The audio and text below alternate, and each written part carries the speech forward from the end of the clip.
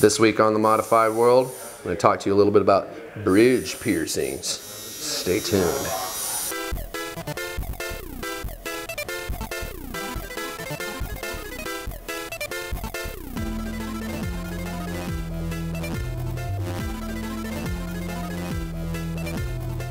So, welcome to the Modified World, the weekly web show about body modification, the people who do it, the people who get it, and why it matters. I'm your host, senior piercer at the world-renowned Pangea Piercing, the purveyor of all this internet wackiness. That's right, I'm JC Potts, and this week we're going to be talking a little bit about bridge piercings. Bridge piercing is a fairly newer piercing as far as the great scheme of piercing goes. I can't show you any historical evidence of people in ancient times having their bridge pierced, but it has been around for about 20 years. You'll sometimes hear them called a Earl piercing, named after the fellow who was one of the vampire council in the Blade movies, a larger fellow with Sanskrit tattooed on his forehead. His name was Earl. He was an aerospace engineer, and he was one of the most well-known people that had that piercing back in the day. To find out whether or not you're suitable for this, it's real easy. Just reach up, grab the bridge of your nose, and if you can get a good pinch of tissue on there, then you're probably good to go. If not, then you probably weren't exactly the best candidate for that piercing. Jewelry for it, pretty simple. Most people are going to go with, of course, a barbell. The gauge on that, I've personally used 16, 14. I've seen them up as big as 12. I've seen them as small as 18. I think you'll find that most of the time you want a slightly thicker piece to avoid the cheese cutter effect, but not so thick that you're putting pressure on the bone back here and forcing the jewelry out. It's pretty straightforward as far as the technique goes.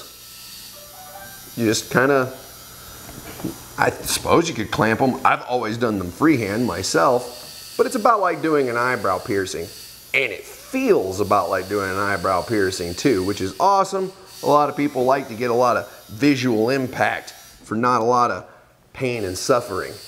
And that's where a bridge piercing is really good, because it's right there in the middle of your face, kind of visually shocking to some people, but it doesn't hurt if done properly. As far as placement on it, that's really the rub. It's not an easy piercing to mark. They have a lot in common with like septum piercings in that it's a fairly easy, technically easy piercing to do, but to make it look right is exceedingly difficult. Not only do you have to have it properly located, like a septum piercing, properly located in the anatomy, but you also have to have it straight this way and straight this way. Even if they're both straight, even if both of those angles are straight, if it's shifted off to the side, it still looks like an abortion.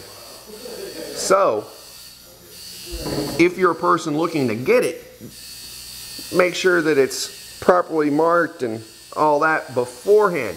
If you're a piercer, double, triple, quadruple check your marks, because it's real easy to move a mark. It's not so easy to move a piercing.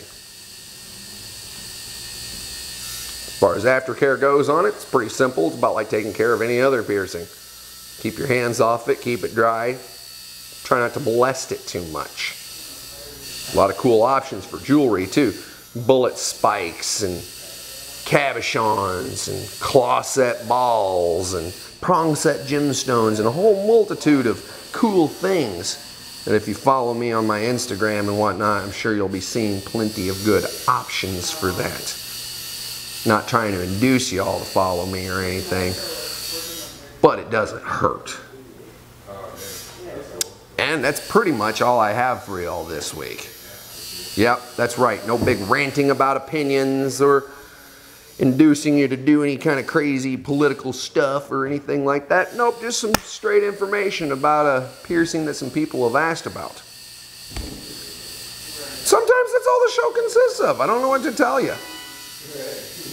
But that was my show this week, and I hope you enjoyed it, and I hope you learned something, or at least were somewhat entertained.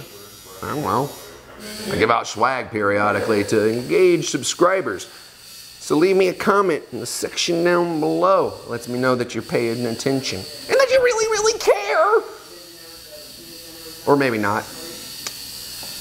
Hit me up too on your social media network of choice. Facebook, Tumblr, Twitter. I know you got Twitter. Everybody's got a Twitter. They don't like to talk about it.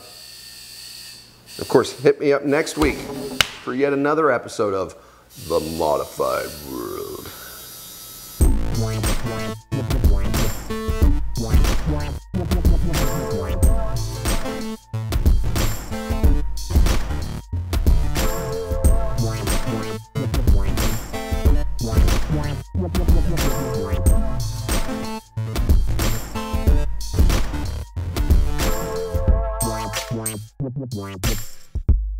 Wow.